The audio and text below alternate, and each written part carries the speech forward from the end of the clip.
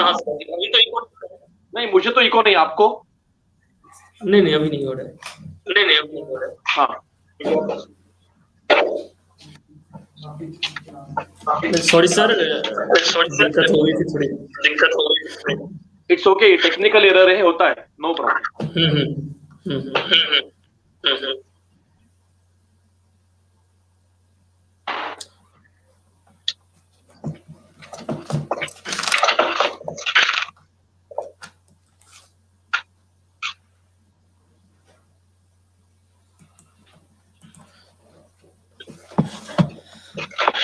तो जैसा कि मैं इससे पहले भी सभी दर्शकों को बता चुका हूँ और कम्युनिटी पोस्ट के माध्यम से भी आप लोगों को पता चल गया होगा कि आज का सेशन किसके बारे में है। तो चलिए शुरू करते हैं। सबसे पहले मैं सभी दर्शकों से माफी मांगना चाहूंगा क्योंकि लगातार 2-3 बार हम लोग मतलब स्थगित करना पड़ा इसके लिए। तो चलिए शुरू करते हैं। मैं गुलशन कुमार और आप देख रहे हैं आपका .co.in का यूट्यूब चैनल। और आज बारी है आप संवाद की, और आप संवाद के आज के सत्र में हमारे साथ हैं आयुर्वेद के क्षेत्र में सबसे कम उम्र के पीएचडी गाइड में से एक, CCIM सिलेबस ड्राफ्टिंग कमेटी 2020 के मेंबर, अगस्ता फाउंडेशन नासिक के फाउंडर और 8 किताबों के लेखक एवं चरित्र पुरस्कार सहित अनेक पुरस्कार से सम्मानित डॉक्टर अभिजीत सराफ सर। तो सर आप संवाद के आज के सत्र में आपका स्वागत है। बहुत बहुत धन्यवाद। बिल्कुल सर। तो जैसा कि मैं सर अभी आपका परिचय में दे रहा था, आपके जीवन के महत्वपूर्ण कार्यों में से एक चरक संहिता निरूपण, जो कि आपने परमादरणीय डॉक्टर अनंत धर्माधिकारी सर के साथ भारत के अलग अलग शहरों में लगभग 150 संहिता निरूपण किया। तो इसकी शुरुआत कैसे हुई और इसका उद्देश्य क्या था, तो इसके बारे में थोड़ा बताएं। सबसे पहले सभी यहाँ पे जो हमारे श्रोतागण है, जो वैद्यगण है, जो यहाँ सुनने के लिए उपस्थित है, उन सभी को मैं दिल से अभिवादन करता हूं। और आपका जो प्रश्न है उसका उत्तर देना ये एक्चुअली एक बहुत बड़ी प्रक्रिया है। मैं उसमें मेरा कुछ का ये नहीं है, मैं मतलब मेरा कर्तृत्व कुछ नहीं है। जो कुछ है वो मेरे जो गुरुजी है वैद्य धर्माधिकारी सर, उनका ये सब कुछ कर्तृत्व है। क्योंकि रिटायरमेंट के बाद सर डायरेक्टर ऑफ महाराष्ट्र इस पोस्ट से रिटायर हो गए, गवर्नमेंट पोस्ट से।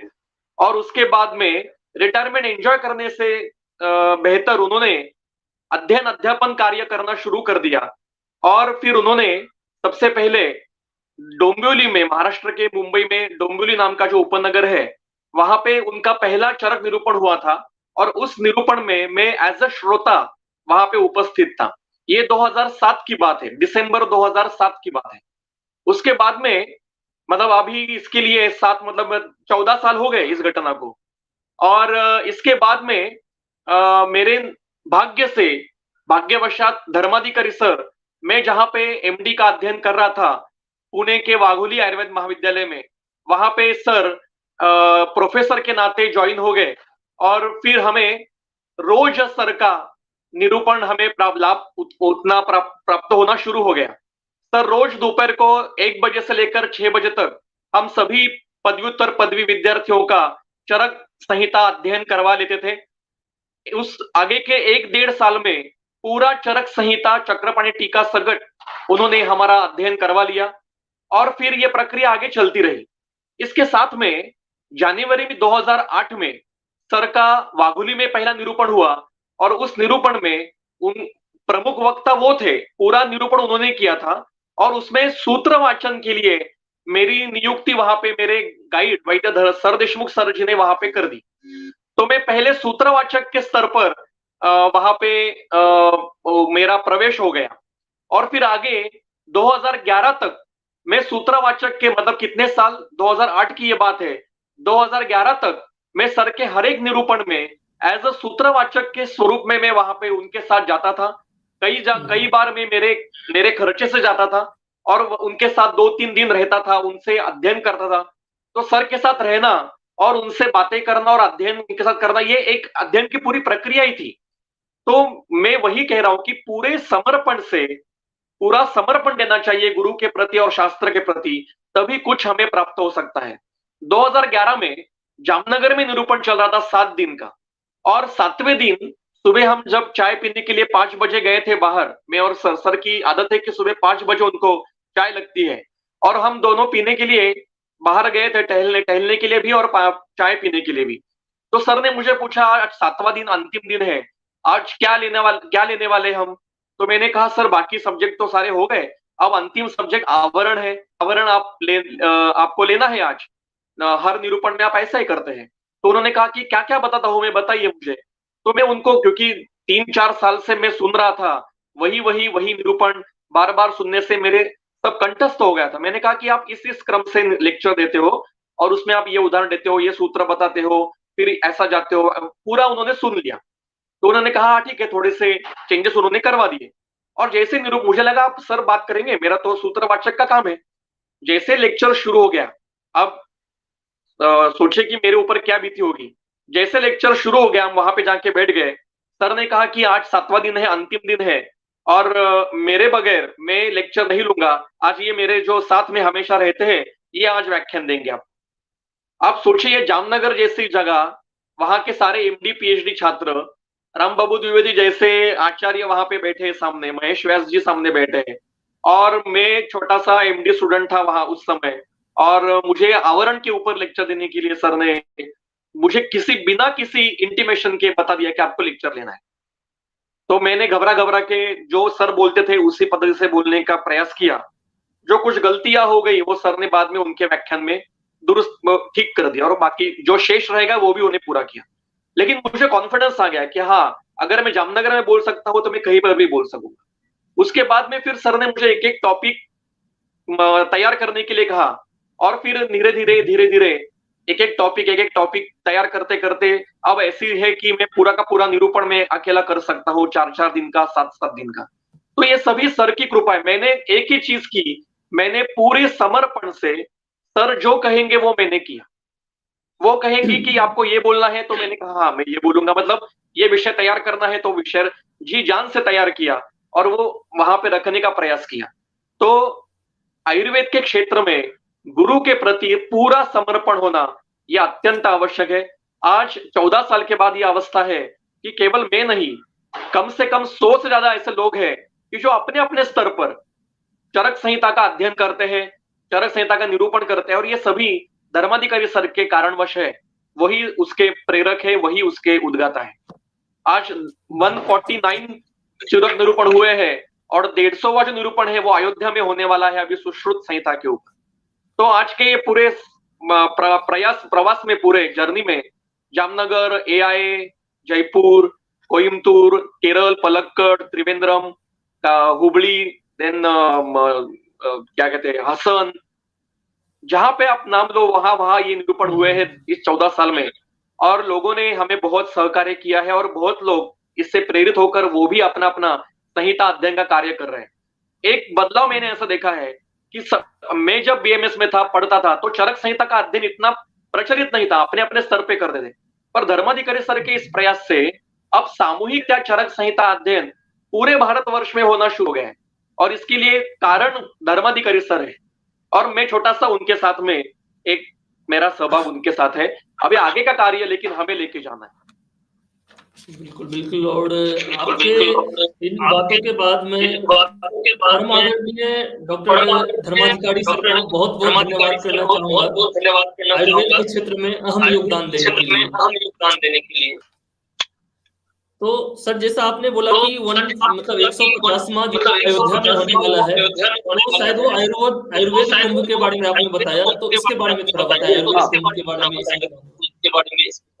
आयुर्वेद कुंभ, ये जो कार्य है, ये जैसे कुंभ मेला होता है नासिक में, प्रयाग में और हरिद्वार में, उसी प्रकार से आयुर्वेद के लोगों का भी इकट्ठेकरण हो जाए, कुंभ जैसे लोग इकट्ठे आए और कुछ वहां पे अध्ययन अध्यापन कार्य होकर कुछ अच्छा उसमें से सारभूत निकले, ये आयोजन करने के पीछे का वो पूरा विचार था। और इसके पहले दिल्ली में 2018 में नस्य ने लार्जेस्ट क्लास ऑफ चरक संहिता का आयोजन किया था, और उसका भी भाग्य लेक्चर देने का मुझे और धर्माधिकारी सर को मिला था। और उस समय भी ऐसी घटना हुई कि सर की तबीयत खराब थी, सर ही लेक्चर देने वाले थे और मैं साथ में था, लेकिन सर की तबीयत खराब होने से सर का आवाज भी खराब हो गया था। तो ऐसा हमने एक दिन पहले ही पूरा चेंज कर लिया कि सर केवल प्रश्न पूछेंगे और मैं उत्तर दूंगा। तो ये अगली जिम्मेदारी मेरे ऊपर, वो भी एक बहुत कठिन मेरी परीक्षा थी। अब वैसा ही लार्जेस्ट क्लास ऑफ सुश्रुत संहिता, ये भी करने का भाग्य देववशात हमें ही प्राप्त हो रहा है। तो हमने शायद कुछ अच्छे कर्म किए हैं पिछले जन्म में, इसलिए हमें ये मौके मिल रहे हैं, तो हमारे जैसे छोटे वैद्य को इतने बड़े मौके क्यों मिलते हैं। तो ये ग्रंथ संहिता अध्ययन का फल ही है। संहिता अध्ययन बार बार करना, इसका ये फल ही है कि आपको यश प्राप्ति होती है। ये चरक संहिता के सिद्धि स्थान के 12वें अध्याय में बताया है कि संहिता अध्ययन का फल क्या है। तो दीर्घायु और यश, ये उसका फल है। ये बाकी सूत्र आपको आप बाद में देख लेना। और तो लार्जेस्ट क्लास ऑफ सुश्रुत संहिता वहां पे होगा। और हमारा विषय ये रहेगा कि सुश्रुत ये केवल शल्य का ग्रंथ नहीं है, शल्य का ग्रंथ है वो, पर उसमें बाकी सारे अनेक घटक ऐसे हैं जो हमें चरक में भी नहीं मिलते, वाग्भट में नहीं मिलते, वो भी उजागर होने चाहिए और सुश्रुत का अध्ययन अब शुरू होना चाहिए। इसलिए ये हमारा प्रयास है कि आगे के निरूपण सुश्रुत के ऊपर भी हो।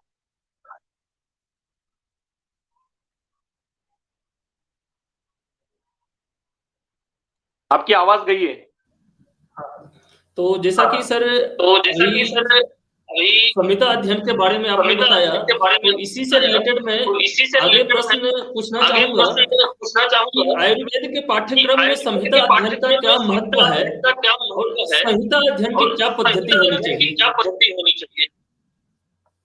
ये बहुत महत्व का प्रश्न आपने पूछा है। अगर मान लीजिए कि आयुर्वेद के अभ्यासक्रम से संहिता पूरी निकाल दी जाए तो आयुर्वेद का प्राण ही निकल जाएगा।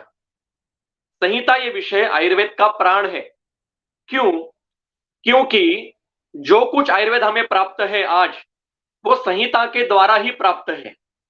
आज कोई भी व्यक्ति, कोई भी मानो आधुनिक शास्त्र भाषा में रिसर्च करता है, कुछ खोज करता है, कुछ नया निकालता है, वो हमें संहिता में प्राप्त होता है। और मैं ये केवल आयुर्वेद के रिसर्चर के बारे में नहीं बोल रहा हूं। जैसे बिग बैंग थ्योरी हुई थी, तो बिग बैंग थ्योरी का अल्टीमेटम रिजल्ट क्या था कि there is 5 basic elements in behind this universe. तो हमारा पांचभौतिक सिद्धांत तो वही है ना, तो इनको बिग बैंग थ्योरी करनी पड़ी। इसका मतलब जब पांचभौतिक सिद्धांत निर्माण हुआ था तब उन्होंने भी ऐसा कुछ प्रयोग किया होगा। तो जो भी हमें आज भी शास्त्र में जो कुछ मिलता है उसका संहिता में प्रक्षेप हमें मिलता है, संहिता में हमें वो संदर्भ प्राप्त होते हैं। और अगर संहिता का अध्ययन नहीं किया जाए, जो मैंने कुछ व्यक्ति में देखा है कि जो संहिता का अध्ययन नहीं करते, केवल आयुर्वेद की क्लिनिकल प्रैक्टिस करते हैं, मतलब बिना संहिता अध्ययन के क्लिनिकल प्रैक्टिस करते हैं, तो उनमें एक प्रकार का नैराश्य निर्माण होता है। एक प्रकार का उनमें एक, क्या कहते हैं उसको, रोबोटिक उनका पूरा व्यक्तित्व होता है कि वो जैसे रोबो कुछ काम करता है कि ये लक्षण हो गया तो ये दवाई दो, अर्श में अर्श कुठार, श्वास में श्वास कुठार, कास में कास कुठार, अतिसार में अतिसार हर ज्वरवटी, ऐसे लक्षणिक चिकित्सा करते हैं। तो ये आयुर्वेद को मान्य नहीं है। अगर आपको आयुर्वेद चिकित्सा करनी है, आयुर्वेद समझकर चिकित्सा करनी है, तो आपको संहिता अध्ययन के लिए कोई पर्याय नहीं है। बिना संहिता अध्ययन के आप आयुर्वेद का जो प्राण है उसका वो आप अध्ययन कर ही नहीं पाओगे, आपको आयुर्वेद कभी समझ में नहीं आएगा। और मैं फिर से एक बार कहूंगा, संहिता अध्ययन इसका मतलब मूल सूत्र और मूल टीका, किसी ने भाषांतर की हुई संहिता जो है वो कभी भी पढ़नी नहीं चाहिए। हाँ, भाषांतर अगर अच्छी तरह से हो गया है, जैसे अभी हरिश्चंद्र कुशवाहा जी का चक्रपाणी का टीका का भाषांतर आया है, वो बहुत अच्छा है। और हमारा भी प्रयास है आगे कि चरक संहिता का एक ऐसा भाषांतर आ जाए कि जो हम निरूपण में कहते हैं वो भाषांतर में आ जाए। लेकिन आज जो अवेलेबल है भाषांतर, वो अगर पढ़ेंगे तो बहुत सारी गलतियां है। मैं तो ये कहता हूं, आप मेरी बात ध्यान से सुनिए, कि जो आज का पब्लिश चक्रपाणी टीका के साथ चरक संहिता है, उसमें कम से कम 12 जगह पे प्रिंटिंग मिस्टेक है, जो हमारे सामने चक्रपाणी टीका के साथ चरक है। अब ये कौन दूर करेंगे प्रिंटिंग मिस्टेक? ये हमें ही दूर करने पड़ेंगी। और ये प्रिंटिंग मिस्टेक मिलती है वो दूर करनी चाहिए, पर वो करने का प्रयास करना चाहिए। इसलिए आयुर्वेद के अभ्यासक्रम में संहिता का होना अनिवार्य है। और हम जब सिलेबस कमेटी में बैठे थे तो हमने ये आग्रह लिया था कि तीनों संहिता के योग्य पोर्शन वहां पे होना चाहिए, लेकिन हमारी किसी ने बात सुनी नहीं, और जो पहले से चला आ रहा है उसको थोड़ा सा और तोड़ मड़ोड़ कर फिर आगे चलाया जा रहा है। लेकिन हमने ये रिक्वेस्ट की थी कि आप सुश्रुत के भी कुछ अध्याय थर्ड ईयर में, सेकंड ईयर में आप रखिए। और दूसरा जो आपका प्रश्न है उसका मैं उत्तर देता हूं। उससे मतलब आपके प्रश्न में दो भाग है, एक संहिता की अनिवार्यता और दूसरा संहिता अध्ययन की पद्धति कैसे होनी चाहिए। तो दूसरा जो भाग है उसका मैं उत्तर दूंगा तो आपको पता चलेगा कि संहिता अध्ययन की अनिवार्यता क्यों है। संहिता अध्ययन की पद्धति कैसे होनी चाहिए कि वो पहले गुरुमुख से ही अध्ययन होना चाहिए। गुरुमुख मतलब अगर गुरु, अब जैसे कोई व्यक्ति, गुरु ये बहुत कल्पना अलग है, किसी आचार्य से जो आपको कोई सिखाएगा तो उससे पहले आपको सीखना चाहिए, और उसके बाद में एक जो संहिता आपने ली है, जैसे अष्टांग हृदय लिया है या चरक लिया है या सुश्रुत लिया है, कोई भी संहिता अध्ययन के लिए संहिता योग्य है, सभी संहिताएं अप्त है। तो जो संहिता आप पढ़ोगे वो अथ से लेकर इति तक पढ़नी है। सूत्र स्थान के पहले अध्याय के पहले सूत्र से सिद्धि स्थान के अंतिम अध्याय के अंतिम सूत्र तक पूरी पढ़नी है प्रथमतः, और वो पढ़ने के बाद फिर आपको विषय अनुसार या स्थानानुसार अध्ययन करना चाहिए। पर अगर पहले आपने कभी संहिता पूरी पढ़ी नहीं है तो आपको आधा अधूरा ज्ञान होगा। जैसे आप फिल्म देखने के लिए बैठे हो तो फिल्म पूरी देखेंगे तभी आपको उसका पूरा मजा आएगा। आप बीच बीच में जाके देखोगे तो वो लिंक नहीं लगेगी आपको। जैसे अभी चलता है कि शालक्य वाले शालक्य के अध्याय पढ़ते हैं, चिकित्सा वाले चिकित्सा स्थान पढ़ते हैं, रचना वाले सुश्रुत शारीर स्थान पढ़ते हैं, या चरक का शारीर स्थान का कुछ अध्ययन करते हैं, संहिता वाले सूत्र स्थान का अध्ययन करते हैं, बालरोग वाले बालरोग का अध्ययन पढ़ते हैं। तो ये होना नहीं चाहिए। ये जो डिपार्टमेंट किए हैं यही आयुर्वेद का ह्रास का बहुत बड़ा कारण है। Ayurveda itself it is a faculty. तो जो आप एमडी कर रहे हो, जो आपका सब्जेक्ट है, वो आप व्यवहार के लिए कर रहे हो। आपको संहिता, आप बालरोग तज्ञ हो, आपने बालरोग में एमडी किया है, कोई प्रॉब्लम नहीं, पर आपने चरक सुश्रुत अष्टांग हृदय पूरा का पूरा पढ़ा होना आवश्यक है, क्योंकि आप बेसिकली चिकित्सा की डिग्री है आपके पास, बेसिक डिग्री आपकी बीएमएस है, तो आप पहले चिकित्सक हो, बालरोग ये आपकी स्पेशलिटी है। तो आपको केवल बालरोग का ज्ञान नहीं होना चाहिए, आपको पूरा आयुर्वेद का ज्ञान होना चाहिए। अब शल्य के एमडी आपने किया है तो इसका अर्थ केवल आप सर्जरी का अध्ययन करोगे, ये गलत है।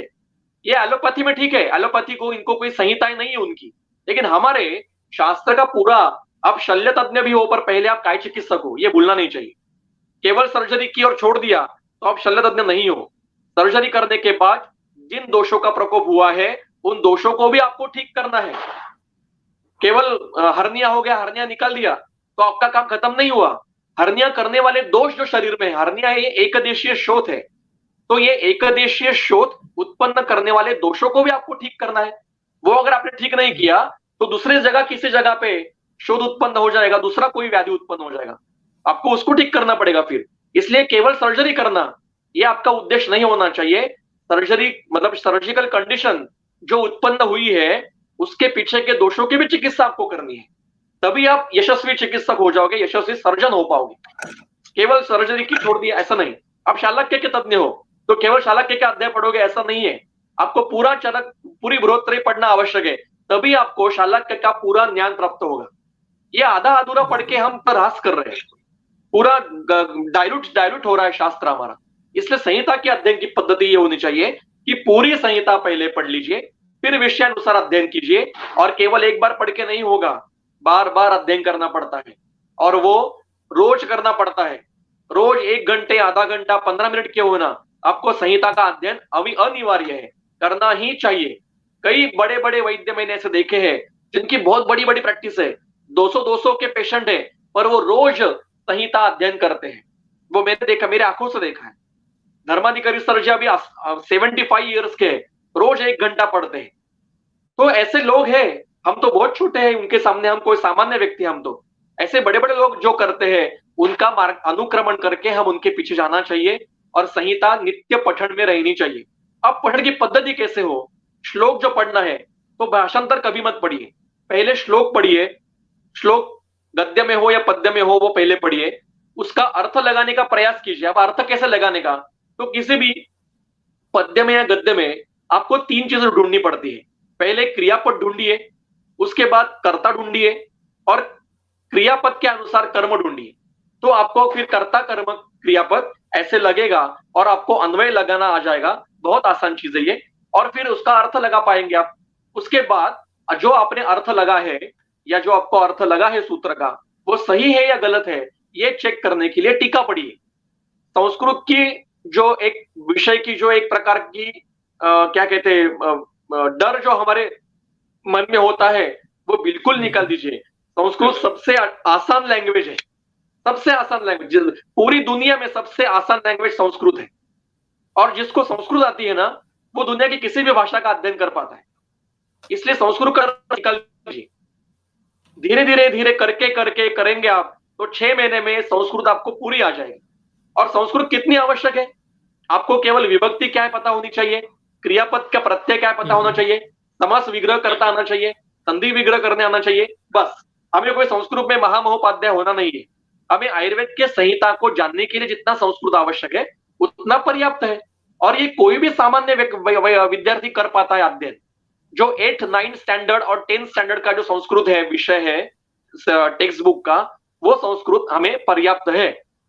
पाणिनि नहीं आ रहा है कोई बात नहीं, पर बेसिक संस्कृत का ग्रामर अत्यंत आवश्यक है। तो वो होने के बाद आप टीका पढ़िए। टीका भी बहुत आसान लैंग्वेज में है संस्कृत की, टीका बिल्कुल क्लिष्ट नहीं है। पहली बार क्लिष्ट लगेगी, पर जैसे आप पढ़ते जाओगे आपको भाषा आ जाएगी। चक्रपाणी क्या कह रहा है समझ में आएगा। और फिर भी आपको अगर नहीं समझा तो आप भाषांतर पढ़िए और फिर अर्थ लगा दीजिए। पर पहले भाषांतर पढ़ के श्लोकों का अर्थ लगाना नहीं चाहिए। पहले श्लोक पढ़िए, फिर टीका पढ़िए, और अगर जरूरत पड़ी तो भाषांतर पढ़िए। धीरे धीरे आपकी अवस्था ऐसी आ जाएगी कि आपको भाषांतर की जरूरत नहीं पड़ेगी। आप डायरेक्ट सूत्र और टीका पढ़ के आपको ऐसे अर्थ पता चल जाएगा। ये मैं मेरे अनुभव से बताता हूँ। मेरा भी कुछ अध्ययन नहीं था, मैं भी बीएमएस में सामान्य विद्यार्थी की तरह बीएमएस का अध्ययन, हाँ श्लोक कंठस्थ थे, बहुत सारे कंठस्थ थे, मतलब सूत्र संघ के पहले 15 अध्याय कंठस्थ थे, पर अभी भी है। पर जो उसके पीछे का लॉजिक है, जो अभिप्रेतार्थ है, मीनिंग बिटवीन द लाइंस क्या होता है, वो मैंने धर्माधिकारी सर के साथ जैसे मैंने अध्ययन शुरू किया, क्रमशः क्या, देखिए हम खाना खाने के लिए बैठते हैं तो हम पूरी थाली मुंह में लगाते हैं क्या? नहीं, हम एक एक पदार्थ खाते हैं। पहले राइस खा लेंगे, फिर रोटी खाएंगे, फिर सब्जी खाएंगे, फिर कोई मीठा है वो खाएंगे। तो धीरे धीरे अध्ययन करते करते पूरा अध्ययन आपको कम से कम आपको 2 साल इसके लिए देने पड़ेंगे। मैंने 12-14 साल दिए हैं, तब जाकर मुझे आज थोड़ा सा कुछ आ रहा है। अभी भी बहुत बाकी है समझना, अभी भी बहुत काम करना बाकी है, कुछ नहीं किया है अभी तक। तो जो समझा है वो 14 साल लगे हैं समझने के लिए, तो एटलीस्ट कम से कम 2 साल दीजिए अपने आप को, और फिर प्रैक्टिस में परिवर्तन देखिए आपको कितना अच्छा आता है। संहिता पढ़कर की हुई प्रैक्टिस, संहिता के द्वारा की हुई क्लिनिकल प्रैक्टिस, ये बहुत अलग होती है और उसका समाधान बहुत अलग होता है। तो ये संहिता की पद्धति है। और अगर ये चाहिए, संहिता बेस आयुर्वेद चाहिए, जो संहिताकारों ने किया है वो आयुर्वेद चाहिए, तो संहिता का सिलेबस में होना अनिवार्य है।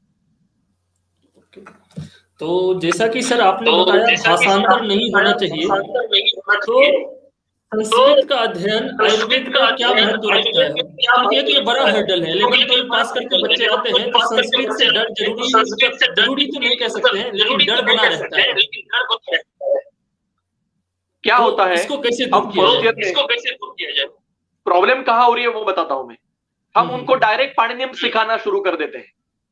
फर्स्ट ईयर में जैसे बच्चे आते हैं, हम उनको डायरेक्ट पाणिनियम सिखाना, नहीं, पाणिनियम में तो बहुत ऊपर की स्तर की अध्ययन की अवस्था है। हमें उनको आसान संस्कृत, जैसे छोटा बच्चा होता है, कोई बच्चा जन्मा है तो 8-9 महीने का हुआ है, तो हम क्या उसको हिंदी का, मराठी का, गुजराती का, बंगाली का ग्रामर पढ़ाते हैं क्या? नहीं, हम उसको छोटे छोटे शब्द पढ़ाते हैं, मोनोसिलेबल, बायसिलेबल, फिर एक एक वाक्य वो बोलने लगता है, और बोलने के बाद उसको भाषा आती है। ग्रामर तो वो बहुत आगे जाके पढ़ता है, 6ठी 7वीं कक्षा में जाकर। पर हम क्या कर रहे हैं, हम जो बच्चे आते हैं, जो आधुनिक विज्ञान का अध्ययन करके आते हैं, फिजिक्स केमिस्ट्री पढ़ के आते हैं, उनको हम डायरेक्ट पाणिनियम शुरू कर देते हैं। तो उनको कैसे, वो डर ही लगेगा ना। देखो, आपको प्रथम कक्षा में 10वीं कक्षा का प्रश्न पूछा गया तो डर तो लगेगा ही ना, कोई भी मैं भी डर जाऊंगा। और ये डर हमें भी था, हम जब बीएमएस में था वो हमें भी डर लगता था संस्कृत का। संस्कृत के प्रति जो प्रीति उत्पन्न होनी चाहिए वो निर्माण करना चाहिए, और वो कार्य अध्यापक का है। संस्कृत भाषा ये आसान है, ये बच्चों के मन में निर्माण करना ये अध्यापक का कार्य है। आज क्या हो रहा है, अध्यापक, दुर्दैव की ये बात है कि जो क्लिनिकल प्रैक्टिस नहीं करते हैं वो कॉलेज में पढ़ाते हैं, और जो क्लिनिकल प्रैक्टिस करते हैं वो पढ़ाते नहीं है। इससे क्या हो रहा है, जिन्होंने एक भी पेशेंट नहीं देखा है वो संहिता का पठन करता है, संस्कृत पढ़ाता है, तो उससे क्या होता है, वो केवल एक क्लेरिकल वर्क हो जाता है, एक टेक्निकल हो जाता है। तो ऐसा नहीं है, जो चिकित्सक है उसने ही संहिता पढ़नी चाहिए। इसके ऊपर हम 100%, किसी को बुरा लगेगा मेरा ये वाक्य, पर मैं इसके ऊपर कंफर्म हूं कि जो चिकित्सक है उसने ही संहिता पढ़ानी चाहिए। जो चिकित्सा नहीं करता है, जो रुग्ण नहीं देखता है, उसने संहिता पढ़ानी नहीं चाहिए।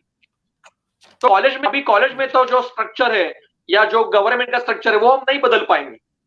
हमें क्या करना चाहिए, हमें अभी पैरेलल सिस्टम डेवलप करना चाहिए, जो गुरुकुल की पद्धति से अध्ययन वहां पे होता है, जो आरएवी ने शुरू किया है, जो गुरु शिष्य परंपरा है, उस प्रकार की परंपरा हमें भी शुरू करनी चाहिए। और हमारा जो निरूपण का कार्य है वो इसी सिस्टम के डेवलपमेंट के लिए शुरुआत का एक पायदान है, ऐसा मुझे लगता है।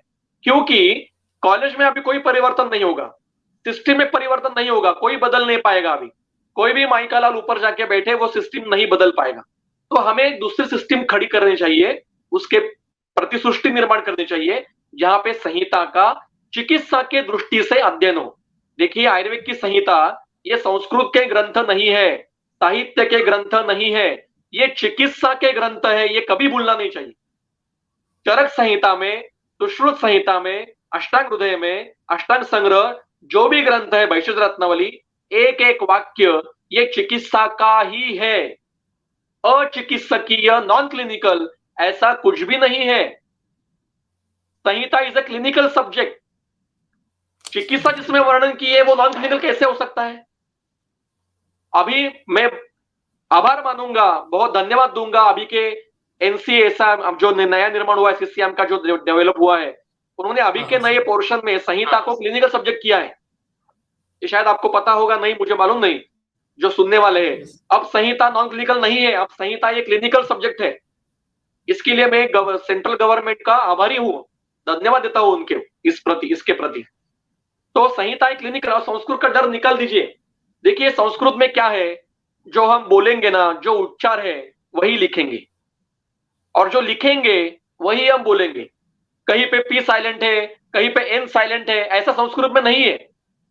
साइकोलॉजी में पी नहीं है, साइलेंट है, गवर्नमेंट में एन साइलेंट है, ऐसा कुछ नहीं। जो है स्पष्ट सामने है, जो बोलेंगे वो लिखेंगे, जो लिखेंगे वो बोलेंगे। और आप कर्ता कर्म क्रियापद की जगह बदलेंगे, वो भी अर्थ नहीं बदलता है। इंग्लिश में आप कर्ता कर्म क्रियापद बदलोगे जगह तो अर्थ बदल जाता है, संस्कृत में ऐसा नहीं है। संस्कृत अत्यंत आसान लैंग्वेज है। देखिए इंग्लिश में जियो मतलब गो, और टीओ मतलब टो नहीं है, टू है। टी डबल ओ मतलब टू, वो भी टू है, टीओ मतलब भी टू है। डब्ल्यू ए आई टी भी वेट है, डब्ल्यू ई टी भी वेट है, और डब्ल्यू ई आई जी एस टी भी वेट है। संस्कृत में ऐसा नहीं है। बिल्कुल बिल्कुल सर, ये ऐसी गलतियां हमारे इसमें ये नहीं है। बिल्कुल।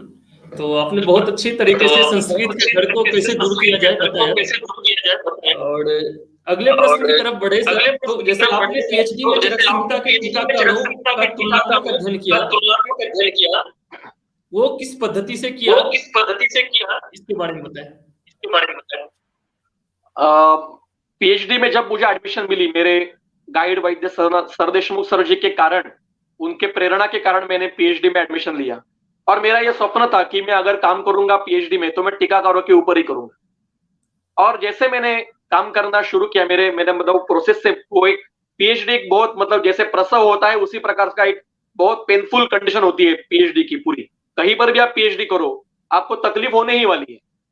तो विषय जो लिया था वो बहुत कठिन था कि चरक संहिता के विमान स्थान का जो आज 4 टीकाएं उपलब्ध है, चक्रपाणी की आयुर्वेद दीपिका, गंगाधर राय की जल्पकल्पतरु, योगेंद्रनाथ सेन की चरकोपस्कार, और ज्योतिषानंद सरस्वती की चरक प्रदीपिका, ये 4 टीकाएं विमान स्थान के ऊपर उपलब्ध है। लेकिन हम कोई भी टीका पढ़ते नहीं, और टीकाकारों ने संहिता को पूरा निचोड़ कर पूरा उनका सार निकालकर टीका लिखी है। तो उनका अध्ययन करना यह अत्यंत आवश्यक है। और अगर उनका कंपैरेटिव स्टडी किया जाए कि एक ही श्लोक है, एक ही श्लोक में 4 लोग क्या क्या कह रहे हैं, और हमारे नसीब से चारों लोग एक ही देश के, वंग देश के, उनका काल अलग अलग है। चक्रपाणी 10वीं शताब्दी के है, 11वीं शताब्दी के है, गंगाधर 19वीं शताब्दी के है, योगेंद्रनाथ सेन 20वीं शताब्दी के है, सरस्वती जी भी 20वीं शताब्दी के हैं। तो इनमें कालतः भी अंतर है बहुत ज्यादा। और योगेंद्रनाथ सेन ये गंगाधर जी के प्रशिष्य है, मतलब शिष्य के शिष्य है, तो वो भी परंपरा उसमें आती है। तो वो क्या अलग कहते हैं या एक ही प्रकार का वर्णन करते हैं, ये भी एक वेरी इंटरेस्टिंग अध्ययन है, बहुत ही रोमांचक अध्ययन था मेरे लिए। जैसे मैं आपको एक उदाहरण बताता हूं कि हमें सब कुछ पता है, ये श्लोक आपको सभी को पता है कि आहार गुण समः धातु भी विगुणश्चापि स्रोत सांस प्रदूषकः, स्रोतदुष्टि के सामान्य हेतु बताए। अब धातु भी विगुणश्चापि ये शब्द को गंगाधर जी ने पाठभेद लिया है ऋतु भी विगुणश्चापि, और पूरी टीका लिखी है ऋतु भी विगुणश्चापि, और दोनों अर्थ संयुक्त है, तो दोनों पाठ योग्य है। तो ये जो मिलता है, मतलब पूरी चरण के जो पूरा सार मिलता है, वो बहुत आनंददायक होता है। इसके लिए अब मेरे थीसिस के बाद ऐसा सूत्र स्थान के 15वें पहले एक चतुष्क भी ऊपर काम हो गया, अब निदान स्थान के ऊपर कोई और एक काम कर रहा है, तो इंद्रिय स्थान पे कोई और एक कार्य कर रहा है। तो मेरा ये जो काम था वो एक बेसिक पिलर की तरह काम हुआ। अब उसके ऊपर चरक के बाकी के अध्यायों के ऊपर भी काम हो रहा है अलग अलग जगह पे, और मुझे आनंद है कि ये काम हो रहा है, आगे के लोग भी कर रहे हैं। और ये मेरा थीसिस जो था वो कम से कम, मतलब टोटली बताएं तो 1015 पेज का थीसिस है मेरा। Is the biggest thesis in Ayurvedic world, PhD का। और जब मैंने पूरा काम मेरा हो गया और उसको जब लिखने का समय आ गया, तो मैं इंग्लिश में मैं लिख नहीं पा रहा था, क्योंकि जो शब्द है या जो भाव मुझे बताने, जो कार्य मैंने किया, जो निकला है, वो जो रखना है, वो मैं इंग्लिश में बता नहीं पा रहा था। तो मैंने विद्यापीठ से परमिशन ली और मैंने पूरा का पूरा थीसिस संस्कृत भाषा में लिखा है। तो it is a single only thesis which is in Sanskrit language. और इस कार्य के लिए फिर मुझे गोल्ड मेडल से सम्मानित किया गया। पर ये पूरा उनकी, मेरे गुरुजनों की, और जो संहिता के, देखिए मैं एक बात बताना भूल गया कि जो संहिता है ना, उसके पीछे कई आचार्यों के साधना का बल है। आप जब हृदय से संहिता का अध्ययन करोगे तो वो जो साधना है उन लोगों की, वो आपको मदद करती है, वो आपके पीछे खड़ी होती है, और वो आपको कई अनुभव अलग अलग प्रकार के देती है। ये मैंने खुद अनुभव लिए हैं कि चरक के पीछे अग्निवेश जी के, चरक का, दृढ़बल जी का, आत्रेय जी के साधना जो है उनकी, वो उन शब्दों के पीछे है। सुश्रुत के पीछे धन्वंतरी, सुश्रुत, उसका जो चंद्रट, आगे उनके जो है उनका पूरा वहां पे साधना उनकी उस शब्दों के पीछे है। काश्यप के पीछे काश्यप, वात्स्य, वृद्ध जीव, कश्यप, उनकी साधना उस शब्दों के पीछे है। तो जैसे जैसे हम हृदय से उनका अध्ययन करेंगे, वो उनका चैतन्य हमारे हृदय में प्रक्षेपित होने शुरुआत हो जाती है। वो अत्यंत आवश्यक है। इसलिए आयुर्वेद के वैद्य है ना, वो सश्रद्धा ही होना चाहिए, श्रद्धावान होना चाहिए, ईश्वर के प्रति समर्पित होना चाहिए। जो जिसको श्रद्धावान नहीं है, जो ईश्वर को नहीं मानता, शक्तियों को नहीं मानता, उसको आयुर्वेद कभी भी समझेगा नहीं, वो प्रैक्टिस कर पाएगा। देखिए, एसिडिटी में असूचक देने के लिए कोई ज्यादा दिमाग नहीं लगता, अतिसार में कुटश देने के लिए ज्यादा दिमाग लगाने की कोई जरूरत नहीं। आप बीएमएस पढ़ के आप प्रैक्टिस कर पाओगे। पर आयुर्वेद को समझना है, आयुर्वेद के सिद्धांतों को समझना है, और सिद्धांतों के आधार पर प्रैक्टिस करनी है, तो इन आगे जो पीछे जो बैठे हमारे, इनका चैतन्य हमारे हृदय में आना बहुत आवश्यक है। वो नहीं आएगा तो आप वैद्य नहीं, आप डॉक्टर कहलाओगे, वैद्य नहीं कहलाओगे। तो जैसे सर आपने टीकाओं की बात की, तो टीकाकारों का अध्ययन करना चाहिए, ये तो आपने बता दिया, लेकिन अगर करनी चाहिए तो कौन सी टीकाएं पढ़नी चाहिए, इसके बारे में थोड़ा बताएं। बहुत अच्छा सवाल है, प्रश्न, धन्यवाद। टीका का अध्ययन अत्यंत आवश्यक है, क्योंकि टीकाकारों ने मूल ग्रंथ को क्या पढ़ना है उसको पूरा सोच समझ के टीका लिखिए। टीकाकार ये उत्तम प्रति के चिकित्सक थे, ये कोई केवल संस्कृत के तज्ञ नहीं थे। इसके प्रमाण हमें मिलते हैं टीकाकारों में। चक्रपाणी ये अत्यंत उच्च कोटि के चिकित्सक थे। अरुण दत्त, हेमाद्री, डल्लन ये केवल संस्कृत के तज्ञ नहीं थे, ये अत्यंत उच्च कोटि के वैद्य थे, चिकित्सक थे, और उनके चिकित्सा के प्रमाण हमें उनकी टीका में मिलते हैं। देखिए, जिनको अग्नि पता ही नहीं है वो ग्रहणी के ऊपर टीका नहीं लिख पाएगा। सिद्धांत पता नहीं, जिसने रुग्ण नहीं देखे हैं वो विसर के ऊपर टीका नहीं लिख पाएगा, उदर के ऊपर टीका नहीं लिख पाएगा। रुग्ण देखने के बाद ही गुल्म क्या है वो बता पाएगा। गुल्म की जो कल्पना है वो चक्रपाणी ने बहुत सुंदर तरह से विस्तृत की है। तो जो गुल्म के रुग्ण देखता है उसी को पता है कि गुल्म क्या है, जो चिकित्सा करता है उसी को पता है। इसलिए टीका जरूर पढ़नी चाहिए। अब टीका पढ़ना है आपको तो पहले मेरा सुझाव ऐसा है, ये मेरा है कि यही सही होगा ऐसा नहीं है। पहले आप डल्लन पढ़िए। डल्लन बहुत आसान भाषा में है, सिंपल वाक्य है, कोई ज्यादा ग्रामेटिकल उतार चढ़ाव नहीं है। डल्लन के बाद आपको हेमाद्री, अरुण दत्त पढ़िए और चक्रपाणी चारक के साथ पढ़िए। फिर बाद में सबसे कठिन टीका ये गंगाधर जी की है, जल्पकल्पतरु। लेकिन अगर ये बाकी सभी टीका अगर आप पढ़ोगे तो जल्पकल्पतरु आपको समझ में आएगी। और जल्पकल्पतरु समझने के लिए आपको योग और वैशेषिक, न्याय और वैशेषिक और बाकी के सभी जो दर्शन है उनका पर्याप्त मात्रा में अध्ययन होना आवश्यक है। तभी आपको गंगाधर जी क्या कह रहे हैं वो अच्छी तरह समझ में आएगा। और जो गंगाधर जी को समझता है उसको आयुर्वेद समझा है, ऐसा मैं कहूंगा। ये अत्यंत उच्च लेवल है, उच्च प्रति की टीका है जल्पकल्पतरु। लेकिन बेसिक तो आप कोई भी पढ़ सकता है, डल्लन, अरुण दत्त, हेमाद्री, चक्रपाणी, योगेंद्रनाथ सेन। चरक के लिए योगेंद्रनाथ सेन जो अभी हाल ही में पब्लिश हुई है चौखंबा से, ये सबसे आसान टीका है चरक के ऊपर। जरूर पढ़िए, बहुत आनंद मिलेगा आपको टीका पढ़ने में। बिल्कुल। तो सर यहाँ से हम कुछ और सवाल की तरफ बढ़ते हैं। तो यहाँ एक कमेंट ले लेते हैं सर कि धीरज कुमार पुरी जी का कमेंट है, sir please tell other authentic ayurvedic books other than Charak Samhita and Sushruta Samhita. Okay, मैं तो कहूंगा कि आप पहले संहिता ही पढ़िए, और अगर आपको चिकित्सा की कुछ किताबें पढ़नी है तो आपके रीजनल लैंग्वेज में जो ग्रंथ या टेक्स्ट बुक पिछले पीढ़ी के लोगों ने लिखे हैं वो आप पढ़िए। जैसे हमारे मराठी भाषा में वैद्य बिंदु माधव पंडित है, वैद्य बिंदु माधव कट्टी है, नानर शास्त्री जी की परंपरा है, बागेवाड़ी शास्त्री जी की परंपरा है। उन ऐसे दिग्गज लोगों ने जो ग्रंथ लिख के रखे, टेक्स्ट बुक नहीं है वो उनके अनुभव के ग्रंथ है। वो मराठी भाषा में है, हिंदी भाषा में है, वो आप पढ़ सकते हो। आपके रीजन में जहां पे आप बिलोंग करते हो, बंगाल में हो, तो बंगाल के वैद्यों ने, कई लोगों ने बंगाली भाषा में पिछली पीढ़ी, देखिए अभी की पीढ़ी नहीं बोल रहा हूं, अभी की जो पीढ़ी है हमारी पीढ़ी, ये एलोपैथी के शास्त्र से उनकी बुद्धि दुष्ट है। वो जो भी लिखेंगे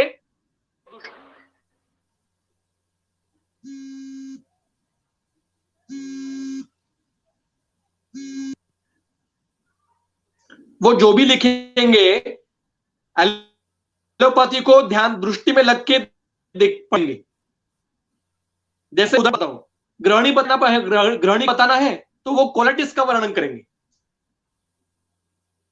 बताना है वर्णन करेंगे। अतिसार का वर्णन करना है तो वो लूज मोशन का वर्णन करेंगे। ज्वर का वर्णन करना है तो फीवर का वर्णन करेंगे। ऐसा नहीं है। इसलिए पिछली पीढ़ी ने जो लिख के रखा है, जैसे गुजराती भाषा में बहुत सारे ग्रंथ है, बंगाली भाषा में बहुत सारे ग्रंथ है, हिंदी भाषा में बहुत सारे ग्रंथ है। तो जो आप्त जैसे लोग हैं जिन्होंने चिकित्सा की है और अपने अनुभव शब्दों में लिख के रखे हैं, उनकी किताबें आपको पढ़नी चाहिए। मैं मराठी भाषिक हूं, मुझे मराठी के ग्रंथ बहुत सारे पता है, पर मैं गुजराती बंगाली का नहीं बता पाऊंगा। साउथ इंडिया के भी वो अपने रीजनल लैंग्वेज में बहुत सारे ग्रंथ है, वो आप पढ़ सकते हो, जिनको वो लैंग्वेज आती है। जो हिंदी भाषा में है वो आप पढ़ सकते हो। लेकिन आज के यहाँ जो 2-3 ग्रंथ है, जैसे हरिश्चंद्र कुशवाहा जी का चक्रपाणी के ऊपर टीका भी आई है, जिसका हिंदी भाषांतर उन्होंने किया है, वो अतिशय अच्छा ग्रंथ है। फिर जामनगर से बीजे ठाकर सर जी का स्रोतो विज्ञान नाम का ग्रंथ पब्लिश हुआ है। पुरुष विचय नाम का ग्रंथ पब्लिश हुआ जामनगर से, ये आपके अध्ययन में आना चाहिए। उसके बाद में तंत्र युक्ति के ऊपर जामनगर से एक ग्रंथ पब्लिश है, और महाराष्ट्र से हिरलेकर शास्त्री जी का ग्रंथ है, वो आपका पढ़ना होना चाहिए। ऐसे जो अलग अलग जगह पे अलग अलग लोगों के ग्रंथ मिलते हैं, उनको पढ़ना चाहिए। ये प्रश्न बहुत अच्छा था ये, लेकिन हिंदी बता पाऊंगा, बाकी की रीजनल लैंग्वेज को आप ढूंढना पड़ेगा। बिल्कुल सर। तो सर यहाँ से मैं 2 प्रश्न और आपसे पूछना चाहूंगा। जैसा कि आप CCIM member syllabus draft committee में मेंबर थे। आपकी आवाज नहीं आ रही है मुझे। हेलो, आवाज नहीं आ रही।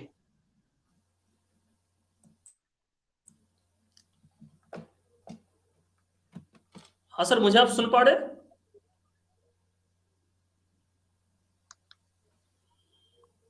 आपकी आवाज नहीं आ रही।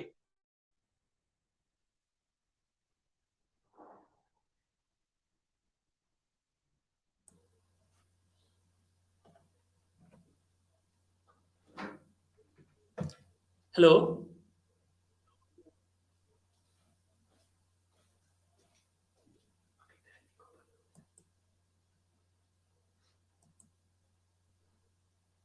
बोलिए, आवाज नहीं आ रही है। सर मेरी आवाज आ रही है? नहीं नहीं।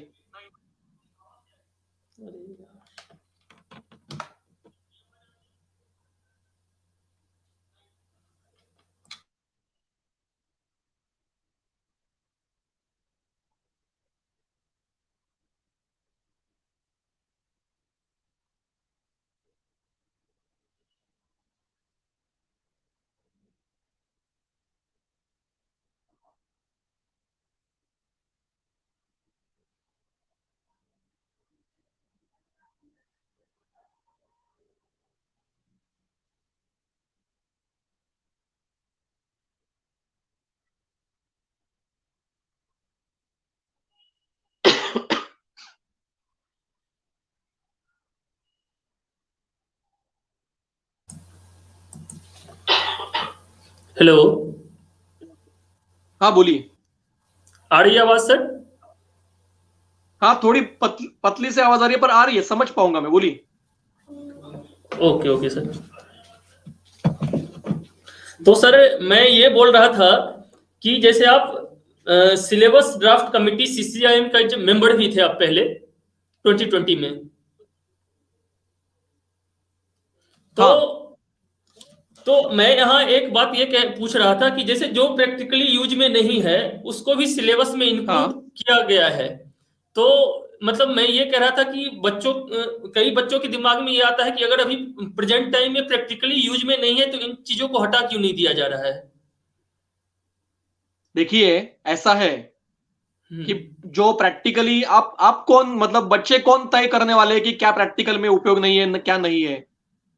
कुछ चीजें आप जब व्यवहार में आओगे, व्यवहार में प्रैक्टिस करना शुरू कर दोगे, तब आपको पता चलता है कि ये कितना ही उपयुक्त था। जैसे पदार्थ विज्ञान है, कई बच्चे बोलते हैं कि इसका क्या उपयोग है, ये क्यों पढ़ना चाहिए। आप जब प्रैक्टिस करना शुरू कर दोगे, जब संहिता का अध्ययन करना शुरू कर दोगे, तो बिना पदार्थ विज्ञान को समझे आप समझ नहीं पाओगे।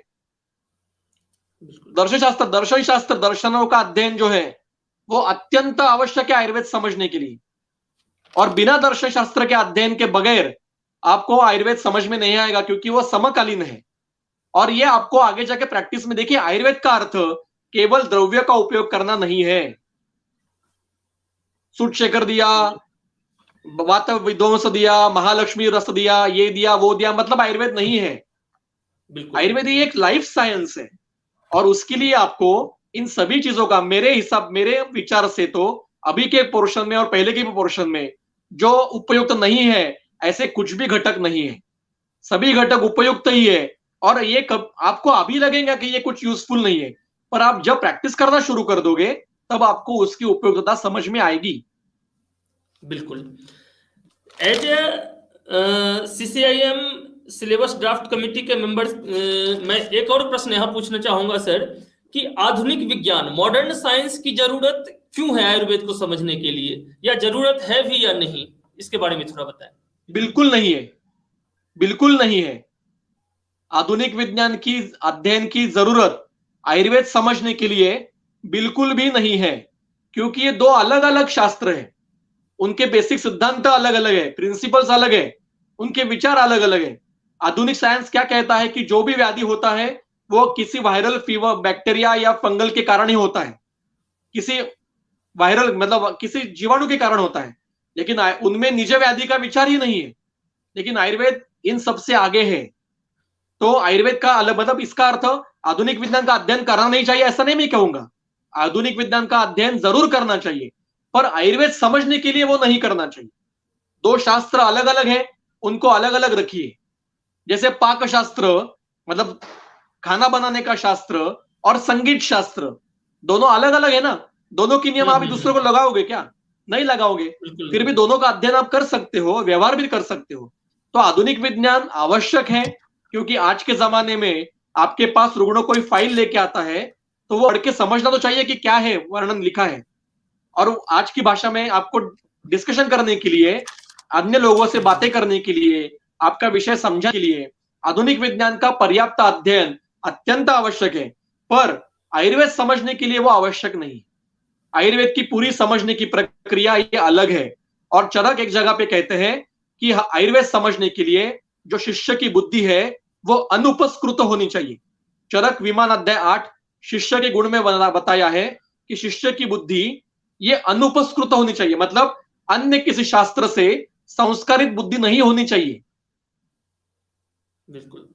ऐसी अगर आधुनिक शास्त्र से अपनी बुद्धि संस्कारित है तो आपको आयुर्वेद समझ में नहीं आएगा। इसलिए आधुनिक शास्त्र पढ़िए, वो अपने जगह पे रखिए, आयुर्वेद पढ़िए, वो अपने जगह पे पढ़िए। दोनों को तुलनात्मक अध्ययन करने की कोई जरूरत नहीं है। बिल्कुल। तो इसी चीज से रिलेटेड एक कमेंट यहाँ लेना चाहूंगा सर। एक छात्र का कमेंट आया है कि कॉलेज में शेड्यूल ही ऐसा है कि मॉडर्न सब्जेक्ट पढ़ते पढ़ते ही पूरा वर्ष पूर्ण हो जाता है। तो आप बता रहे हैं इस तरह की संहिता की पढ़ाई कैसे कर सकते हैं? देखिए, कॉलेज का अध्ययन ये बहुत अलग है। जैसे मैंने मेरा अनुभव बताया कि मैंने बीएमएस के लेवल में जो मेरा अध्ययन था वो बीएमएस की तरह की लेवल की था। मेरा खुद का जो अध्ययन हुआ वो जब मैंने प्रैक्टिस करना शुरू कर दी, जब मैंने पीजी में एडमिशन लिया और मेरे आचार्य, मेरे गुरु मुझे मिल गए, उस पद्धति से मेरा अध्ययन शुरू हो गया।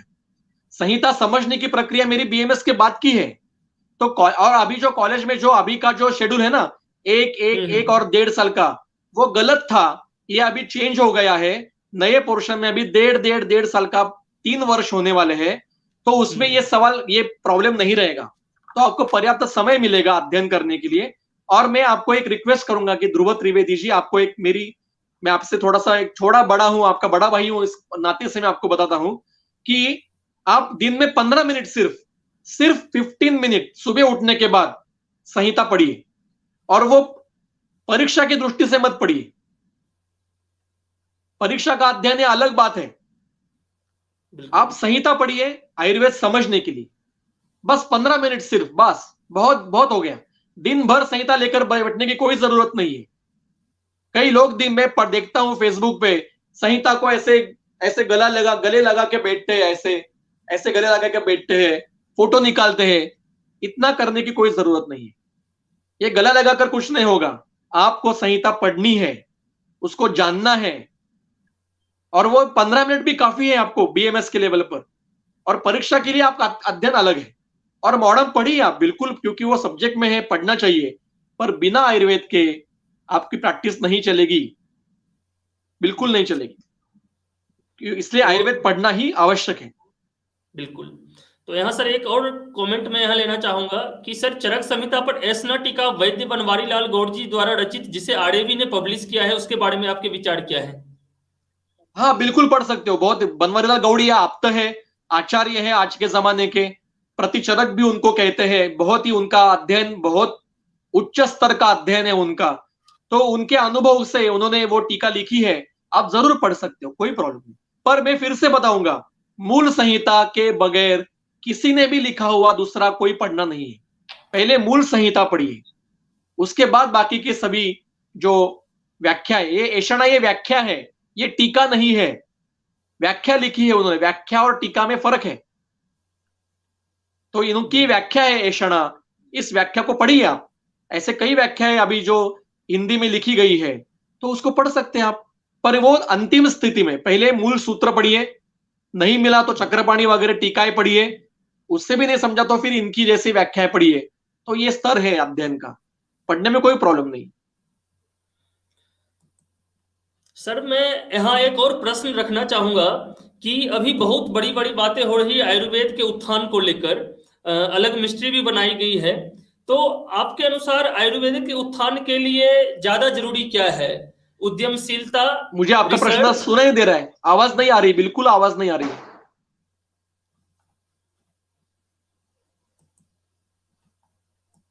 धीरे धीरे बोलिए, धीरे धीरे बोलिए जरा। Okay sir. हेलो। हाँ हेलो हेलो। बोलिए बोलिए। सर मैं यहाँ एक प्रश्न ये रखना चाह रहा था कि आयुर्वेद के उत्थान के लिए ज्यादा जरूरी क्या है? उद्यमशीलता, रिसर्च या क्लिनिकल प्रैक्टिस? आयुर्वेद के उत्थान करने वाले हम कौन हैं? हम कभी भी आयुर्वेद का उत्थान नहीं कर पाएंगे। आयुर्वेद हमारा उत्थान कर रहा है। हम नहीं थे इस दुनिया में, हमारे पिताजी, दादाजी, परदादाजी, उनके दादाजी भी नहीं थे, तब से आयुर्वेद इस दुनिया में है। 5-6 हजार साल कम से कम हुए हैं, व्यवहार में आयुर्वेद है सबके, और आगे भी हजारों साल तक चलता रहेगा। हम नहीं रहेंगे, हमारे अगली पीढ़ियां भी नहीं रहेंगी, फिर भी आयुर्वेद रहेगा। इसलिए आयुर्वेद का उत्थान करने वाले हम कोई नहीं है, आयुर्वेद हमारा उत्थान करने वाला है। फिर भी आयुर्वेद अगर आज के जमाने को हमें बताना है, दुनिया को बताना है, तो हमें आयुर्वेद को उद्यमशीलता तो सबसे बड़ी है। दूसरा मैं जोड़ूंगा यहाँ पे समर्पण की आवश्यकता है। शास्त्र के प्रति पूरा समर्पण होना अत्यंत आवश्यक है। रिसर्च की कोई जरूरत नहीं है। आज जो रिसर्च चल रहा है वो आयुर्वेद का कुछ भी रिसर्च का काम नहीं हो रहा है, सब मॉडर्न का रिसर्च कर रहे हैं। देखिए अमिताभ बच्चन के कपड़े अब राजपाल यादव को लगा डाल पाओगे क्या, या राजपाल यादव के कपड़े अमिताभ बच्चन को दे पाओगे क्या? दोनों फिट हो पाएंगे क्या? नहीं होगा।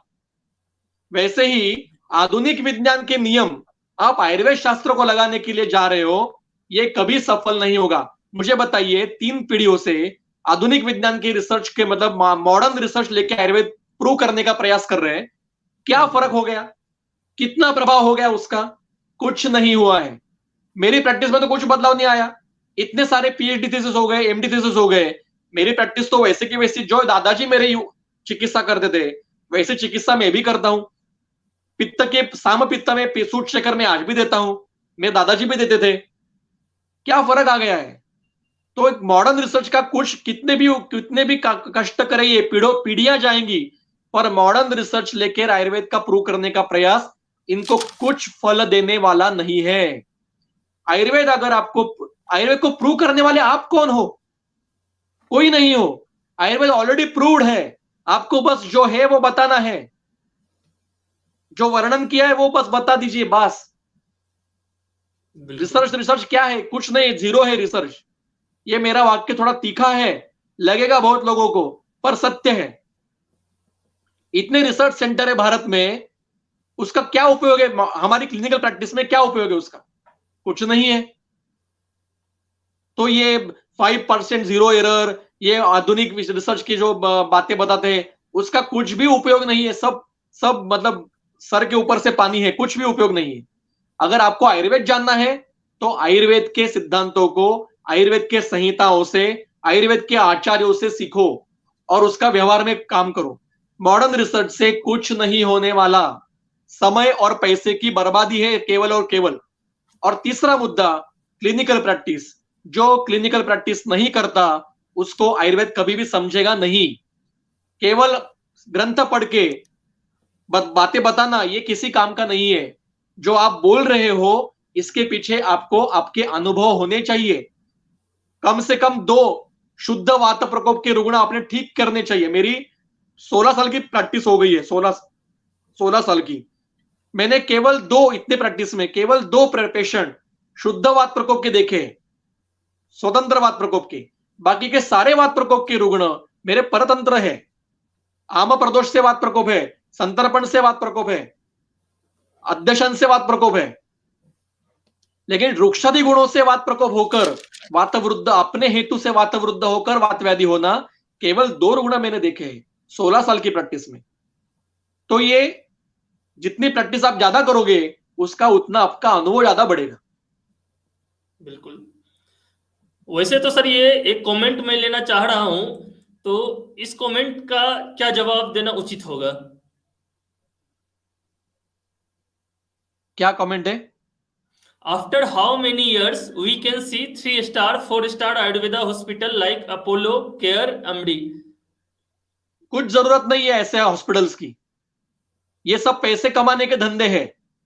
आपको अगर आयुर्वेद के लिए कुछ कार्य करना है तो गुरुकुल निकालिए। प्राचीन काल के जैसे गुरुकुल होते थे, सात्विक गुरु और सात्विक शिष्य, ऐसे व्यक्ति निर्माण कीजिए। हॉस्पिटल की मतलब बिल्डिंग क्रिएट करने से बेहतर है आप व्यक्ति निर्माण कीजिए, और वो व्यक्ति आपको लेके जाएगा। हॉस्पिटल, ये अपोलो केयर अमृत सब जो कुछ है वो पैसे कमाने के धंधे, वो इट्स बिजनेस। हमें आयुर्वेद का बिजनेस नहीं करना है। चरक कहते हैं कि जो आयुर्वेद की चिकित्सा का पण्य विक्रय करते हैं, जो व्यापार करते हैं, वो सोने को भूलकर धूली को लेके बैठे हैं, धूल को लेके बैठे हैं। सूत्र ऐसा है, चिकित्सा ये चिकित्सा पण्य विक्रय ते पांशुराशिम उपास्य ते कांचनम हित्वा पांशुराशिम उपास्य। वो सोने को छोड़कर धूल को लेके बैठे हैं। इसे चिकित्सा का कभी भी व्यापार नहीं करना चाहिए। कोई जरूरत नहीं 3 स्टार 4 स्टार आयुर्वेद हॉस्पिटल की। उससे बेहतर है आप शुद्ध आयुर्वेद के पद्धति से, आयुर्वेद के प्रमाण से हुआ ऐसा गुरुकुल निर्माण कीजिए। जैसे मेरे एक मित्र ने किया है नागपुर में। उन्होंने उनके पंचकर्म सेंटर में वायु वातव्याधि के लिए अलग कर्म, मतलब अलग एक सेंटर, पित्त व्याधि के लिए अलग कर्म, अलग एक जगह, और श्लेष्मा व्याधि के लिए अलग जगह, ऐसे उन्होंने 3 कक्ष बनाए हैं। जिसको वात व्याधि है उसको वात कक्ष में रखना है, उसमें सब वायु के गुणों के विपरीत गुण का सब निर्माण किया है। जो पित्त का व्याधि है उसको पित्त कक्ष में रखना है, उसको शीत जल छोड़ा है, ठंडी हवा छोड़ी है, जो पित्त के गुणों के विपरीत है ऐसा कक्ष बनाया है। और जो श्लेष्मा का व्याधि है उसको श्लेष्मा के गुणों के विपरीत ऐसा यूनिक कुछ कीजिए। 3 स्टार 4 स्टार ये क्या है? बिजनेस मत करिए आयुर्वेद का, ये मेरे हाथ जोड़ की विनंती है। अगला एक कमेंट सर डॉक्टर आशीष स्वामी जी का है कि प्रणाम सर पक्वाशयगत आम में क्या चिकित्सा कर सकते हैं? बस्ती के अलावा भी कुछ तरीके हो सकते हैं क्या? आपका ये प्रश्न इस आज के विषय के संबंध में नहीं है। आप डायरेक्ट मुझे फोन करके पूछिए, मैं आपको उत्तर दूंगा। फिर भी सुनने वालों के लिए बताता हूं कि पक्वाशयगत वायु मतलब क्या। पक्वाशयगत मतलब वायु घूमते घूमते पक्वाशय में गया क्या? नहीं। तो पक्वाशयगत वात इसका अर्थ है पक्वाशय में रुक्षादि गुणों की अतिरिक्त मात्रा में निर्मित हुई है। पक्वाशय रुक्ष हुआ है, पक्वाशय खर हुआ है, पक्वाशय शीत हुआ है, पक्वाशय विशद हुआ है, पक्वाशय परुष हुआ है। तो बस्ती तो आप दे सकते हो, आप स्नेहपान कर सकते हो, और जिन हेतु के कारण ये हुआ है उन हेतु की चिकित्सा आपको करनी है। हेतु ढूंढिए पहले, हेतु कौन से है। पक्वाशयगत आम जाने के लिए, या पक्वाशयगत क्योंकि वो वायु का स्थान है तो वायु के साथ ही आम जाएगा ना, इसलिए पक्वाशयगत आम मतलब आम पक्वाशय में गया है और वायु के साथ गया है, तो रुक्षादि गुणों के साथ आम की भी वहां पे निर्मिति है। तो ठीक है, बस्ती दीजिए, पर पहले आम की चिकित्सा करिए। अब आम की चिकित्सा कहां पे है? वो है चरक संहिता के विमान स्थान के 2य अध्याय में। अगर आम कोष्ठगत है तो आपको सद्यो वमन देना है, सद्यो वमन। अगर धातुगत अवस्था है आम की तो शोधन नहीं करना है। तो पहले लंघन, वमन, ये एक प्रकार का लंघन है। पर अगर पक्वाशय में आम है तो देखिए वमन की अवस्था है क्या। अगर वमन आ रहा है तो दे सकते हो, अदरवाइज लंघन दीजिए। लंघन में 3 अवस्था है। एक अल्प बलवान है तो आप उसको उपवास दीजिए, मध्य बलवान है तो लंघन पाचन कीजिए, और उत्तम बलवान है तो आप उसको शोधन कर सकते हो, तो निरोह से बाहर निकाल सकते हो पक्वाशय में है तो। ऐसे 3 प्रकार का है। और अगर द्रव्यों का चयन करना है तो जो वातशामक है और आम प्रशमक है, ऐसे द्रव्य आपको देने पड़ेंगे। तो उसमें तिक्त रस ये सबसे ज्यादा अच्छा है, जो वायु के ऊपर भी काम करेगा, आम का भी पचन करेगा, पित्त का भी प्रशमन करेगा, और जो ज्यादा बाकी दोषों को दुष्ट भी नहीं करेगा। तो इस प्रकार की चिकित्सा आप कर सकते हो। बिल्कुल। प्रथमतः तो सर, हेतु ढूंढिए, हेतु की चिकित्सा कीजिए। बिल्कुल। अंतिम प्रश्न सर, कि हाँ, वर्तमान काल में, सद्य काल में आयुर्वेद के विद्यार्थियों को कैसे रहना चाहिए, इस बारे में थोड़ा आप बताएं। बहुत सुंदर प्रश्न है, आज के विषय से संबंधित प्रश्न है। बिल्कुल। मेरा ऐसा मानना है, पहला पहला पहला गुण यह होना चाहिए कि हमें शास्त्र के प्रति और आचार्य के प्रति पूरा समर्पण होना चाहिए। अगर वो आचार्य आपको नहीं मिलेंगे तो शास्त्र को ही आचार्य मानकर उनके प्रति पूरा समर्पण होना चाहिए। दूसरा, सात्विकता आनी चाहिए। तीसरा, पैसे के पीछे मत भागिए, पैसा आपके पीछे आएगा। पैसा ये जीवन अच्छी तरह से जीने का साधन है, साध्य नहीं है। पैसा कमाने के लिए मत जियो, पैसा कमा के जियो। मेरा बात वाक्य ध्यान से सुनो, पैसे कमाने के लिए मत जियो, पैसा कमा के जियो। तो पैसा ये साध्य नहीं होना चाहिए कभी भी। पैसे, अच्छे पैसे कमाओ, पर वो साधन होना चाहिए। हमेशा ये बात ध्यान में रखो कि एक दिन हमें ये सब कुछ छोड़ के जाना है, शरीर भी छोड़ के जाना है हमें। कुछ भी हमारे साथ नहीं आता, केवल और केवल कर्म हमारे साथ आते हैं। तो जीवन में अच्छे कर्म करिए, किसी को शब्दों से भी दुखी मत करिए, किसी को मतलब पैसे के प्रति, किसी व्यवहार प्रति किसी को आप बुरा बर्ताव मत कीजिए, किसी को झूठे मत बोलिए, किसी को मतलब क्या कहते फ्रॉड मत कुछ भी करिए। तो सात्विकता आपके अंदर होनी चाहिए, आचार रसायन का आपका उपयोग होना चाहिए, आपको उसकी तरह बर्ताव होना चाहिए। सात्विक, अच्छे कपड़े पहनने चाहिए, वेशभूषा आपकी वैद्य की तरह होनी चाहिए। तो यहाँ पे पियर्सिंग है, कान में बाली डाली है, यहाँ पे क्या फटे कपड़े पहने हैं, सिगरेट पी रहे हैं, बड़ा बड़ा क्या कुछ ऐसे पियर्सिंग करके रखे हैं, हाथ में कड़े बिड़े डाले हैं, ये वैद्य का वेश नहीं है, छद्मचर का वेश है। हम वैद्य है, तो वैद्य की तरह हमें रहना चाहिए। मैं जब बीएमएस में था तो ये सब चीजें करता था, तो जैसे प्रैक्टिस शुरू कर दी है, मैंने ये सब कुछ करना बंद कर दिया है। तो आप कालतः सुसंगत जीन्स पहन सकते हो, टी शर्ट पहन सकते हो, लेकिन फटे कपड़े क्यों पहनने के? पहनो, आप आज के काल की तरह, आपको मॉडर्न जमाने की तरह रहना है, रहो। पर जब आप चिकित्सा के लिए बैठोगे क्लिनिक में, तब आपको आपका वेश चिकित्सक का ही होना चाहिए। तो वेश अच्छा होना चाहिए, भाषा अच्छी होनी चाहिए, आपका व्यवहार अच्छा होना चाहिए, आचरण अच्छा होना चाहिए, शास्त्र के प्रति समर्पण होना चाहिए। पैसे के पीछे मत जाइए, शास्त्र के पीछे जाइए, पैसा आपको अपने आप आ जाएगा। मनी इज अ को प्रोडक्ट, बाय प्रोडक्ट है, वो आ जाएगा, कहीं नहीं जाएगा।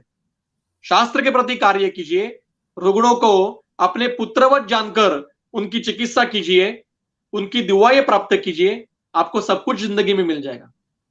और हाँ, और एक बात है जो आज की पीढ़ी के लिए बताना चाहूंगा, हर चीज में जल्दबाजी मत कीजिए, बी पेशेंट, पेशेंस रखिए। आपके जीवन में हर चीज योग्य समय पर होने वाली है, तो जल्दबाजी मत कीजिए, मुझे ऐसा होना है, मुझे वो करना है, मुझे वो करना है, मैं ये करूंगा वो। ये जो फिल्मों ने आपके ऊपर पूरा ये बर्बाद किया ना कि live like a king life, ऐसा मत करिए। सिंपल लाइफ जिए, सिंपल रहिए, सिंपल जीवन होना चाहिए, और शांति से, क्योंकि एक दिन ये सब कुछ नष्ट होने वाला है। आपका चैतन्य ही आपका मूल स्वरूप है, उसको कभी मत भूलिए। बिल्कुल बिल्कुल सर। तो बहुत बहुत धन्यवाद सर, आप आयुर्वेद को समय देने के लिए, आप संवाद में आने के लिए। तो आज हमने बात की आयुर्वेद दिवस के उपलक्ष्य में आप संवाद में वैद्य अभिजीत सराफ सर के साथ। तो सर, आपके भविष्य के लिए बहुत ढेर सारी शुभकामनाएं, बहुत बहुत धन्यवाद सर। धन्यवाद। नमस्कार सर। नमस्ते।